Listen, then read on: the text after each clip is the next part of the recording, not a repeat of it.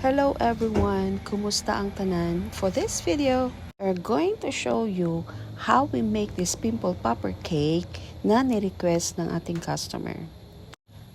At ito na nga, nagawa ko na ang cake, and this time, using a dark brownish buttercream, we make the hair part. Medyo matagal siya kasi pinapakinis pa siya. Yung clip showing the cake na sinend ng customer looks easy to make, pero in reality, matagal talaga siyang gawin. At this point, ako lang naman ang nag-take ng video. At yung anak ko ay nag-a-apply ng buttercream. At ako pa ang nagre-reklamo. So, nakakaloka.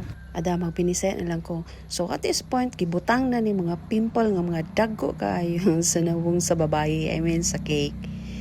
So, naapay mga pa-effect ng mga red sa kilid. Nga mura jud siya pimple. Mga dagko kay nga pimple. Looks ill. So, mauna na siya ang happy birthday cake. Pimple popper cake. Sana nagustuhan ito ng customer. Actually, nag-send sa akin si ma'am ng picture. I-hide ko yung name. So, ito na. Bye!